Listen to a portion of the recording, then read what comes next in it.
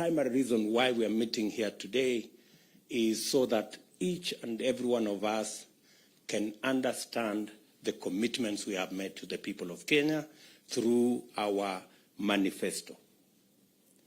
We are also going to show you the legislative program that will enable us implement that plan. And that legislative program is going to come to Parliament. It is good for you to understand ahead of time so that when we ask you that there is this law, there are these regulations, there is this policy position that we want Parliament to pass for us, it will be understood that this is in furtherance, and you will already have the information to make sure that you pass it in a manner that it will give us the instruments to be able to deliver to the people of Kenya. We will tell you about our housing plan. We have Charles Hinga here. He will take you through our housing plan, the plan that we were supposed to implement in 2018. But we lost the opportunity to implement it in 2018 because we took a tangent and went to BBI and went to other stories.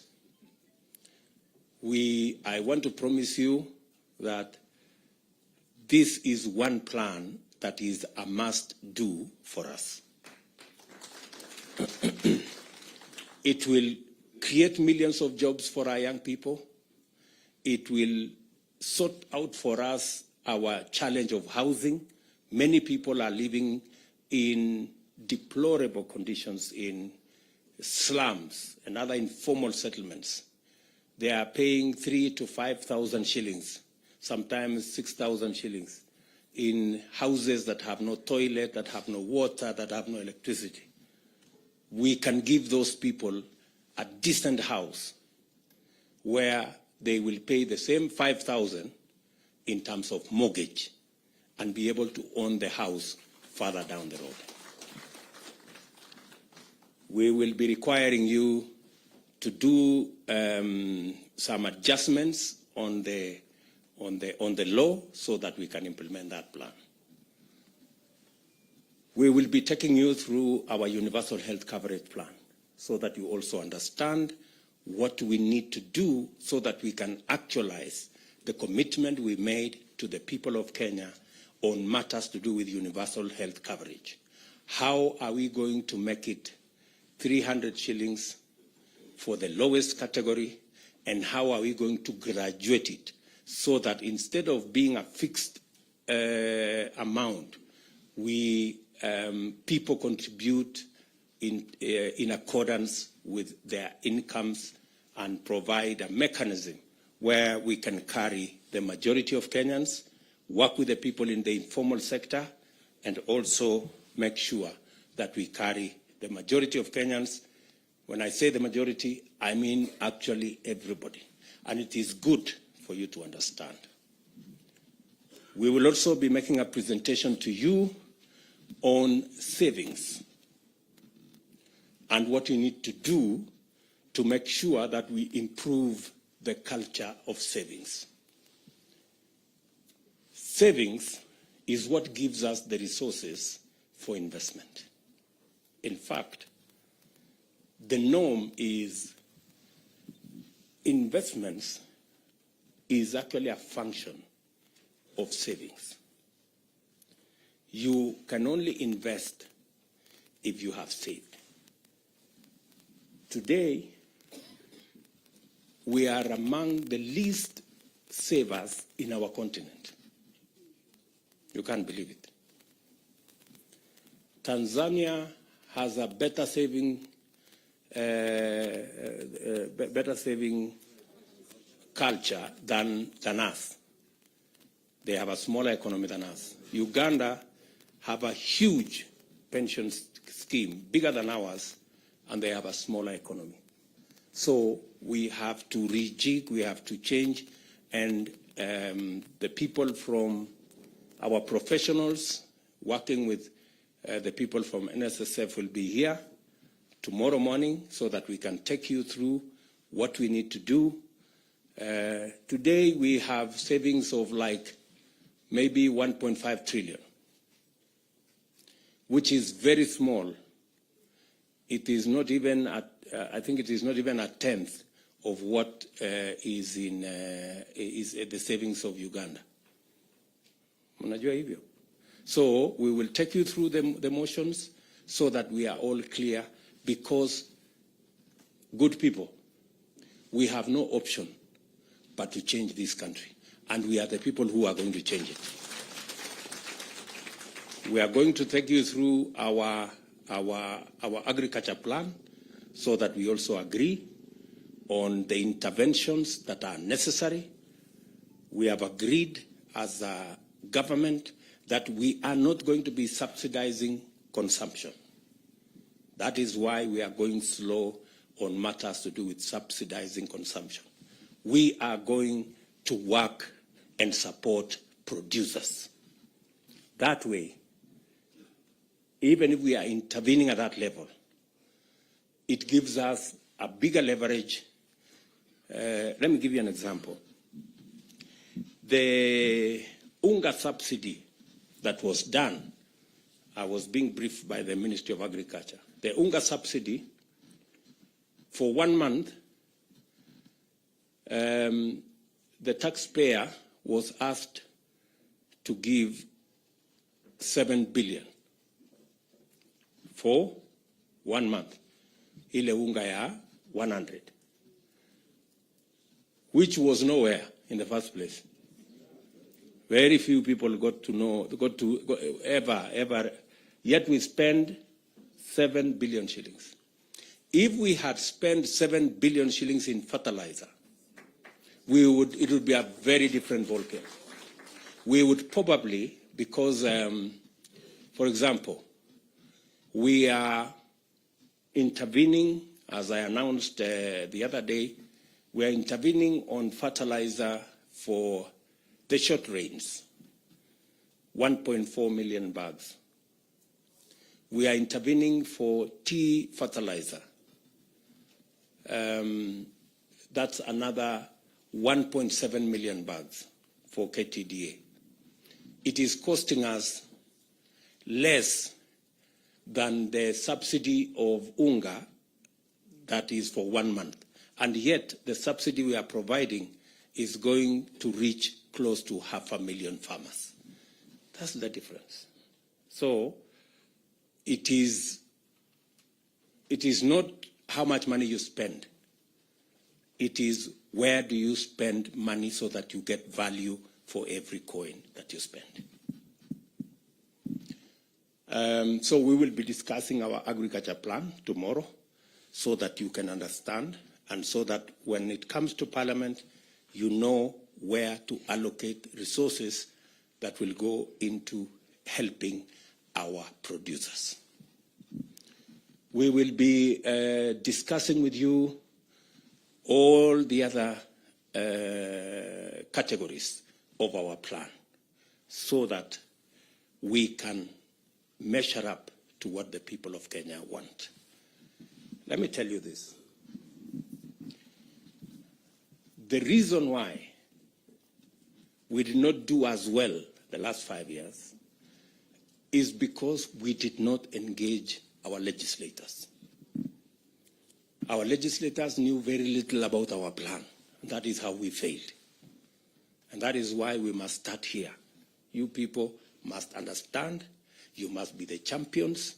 You must be the people to explain so that this plan can succeed. Tunaelewana jameni? So, mimi nawauliza, let's be patient. I know sometimes people have phones, they are sending messages left, right, and center. But let's be just patient so that we can go through these motions. Finally, we will be talking about katikati. Let us also agree that Parliament is an important stage. I want to tell you, as members. Parliament is a premium platform. Very many people try so hard to get to Parliament. So take advantage of that premium stage. Out of 50 million Kenyans, we have only 349 in National Assembly and 67 in the Senate. Consider yourself privileged to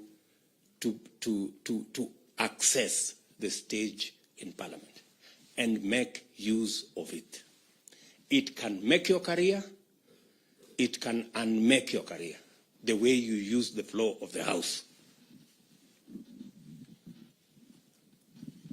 There is the temptation when you come to Parliament to chase this, chase that, chase the other, until it is reported that you are a no-show in Parliament. Unajua kuna watu wanaandikwa ati hawajawahi kuzungumza kwa bunge. Please, nataka niwaombe. You know? Why do you look for a premium stage and then you have scorned? You do nothing with it. Kwa sababu Parliament sio mahali ya kuuza viazi ama kufanya. Parliament ni mahali ya kuongea mambo ya wananchi. To articulate issues that are important to your constituents, issues that are important to your party, issues that will shape the future and destiny of our country. And that is the stage you have. It's a premium stage. It is not, it's not a stage that anybody can walk in and have. So while you have the privilege to be a member of Parliament, please make use of that stage. Sometimes it is it's quite intimidating, especially for the new members. Kidogo ukisimama hapo unatetemeka kidogo, Kiswahili Kiingereza inachanganyika, but if you do it consistently, utashika network na mambo itaenda mzuri. Yeah, and many of our constituents are waiting to see. They're waiting to see you. Mbunge wetu wamesema nini kule bunge leo. I have also taken the position with my good deputy here that for purposes of proper accountability of government, we are going to work on the standing orders so that our CSS can come to Parliament and you can ask them questions directly about your constituents, so that we can improve the accountability of our government, the accountability of our ministers, because in any case, the ministers don't have any constituency to attend to. So their constituency is, are we together? So make use of that platform. I am happy to note that our competitors have said they will provide oversight of our government. And we welcome our competitors' assertion that they will take seriously their oversight role over our government. We believe that the efficiency of any government is also dependent on how much we are kept on our toes. So I want to tell our good friends, will make the people of Kenya get value for every commitment we make, every shilling we spend, and every plan we roll out. So we are going to work together in that manner, and we want to take this into the future. Shortly, we will be going to Parliament, and tomorrow we will have a conversation about House leadership, both in the National Assembly and in the Senate. Let me congratulate all of you. When we had the PG, we agreed that each and every one of you should be in Parliament, and you showed a great patriotism in Parliament. You were there for long hours. We elected both speakers and both deputy speakers are members of Kenya Kwanza, and we are very proud of you guys and what you are able to do. We are going to have the leadership of the House discussion tomorrow, and collectively we are going to make a decision